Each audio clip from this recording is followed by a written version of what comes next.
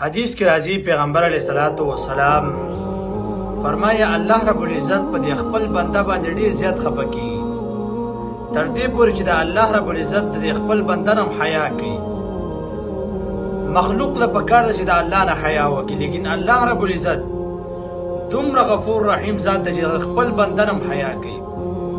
حدیث کې راځي ان ربکم حی کریم، الله رب العزت حی کریم ډیر سخا والا دی او الله رب العزت حیا کې من عبدی د خپل بنده نه اذا رفع، چې کله الله رب العزت ته دا لاسونه اوچت کی نو الله رب العزت حیا کې چې دې بنده ته په لاسو کې سوانه شي. مطلب دا چې الله رب العزت خامخا د دې انسان دعا قبلې. الله رب العزت د لاسونه بیرته خالی نه واپس کوي، الله ر دې نه حیا کې چې ګوره بنده ما ته لاس چوت کا، بنده زمانه دعا کوي ما رب ګڼي او زه بیا هم د خپل بنده رسور نه کومه.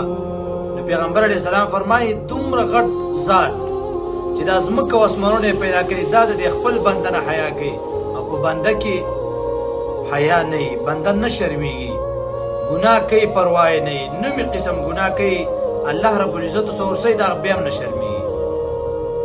دې وجې نه الله رب العزت ډېر غفور رحیم ذات دی.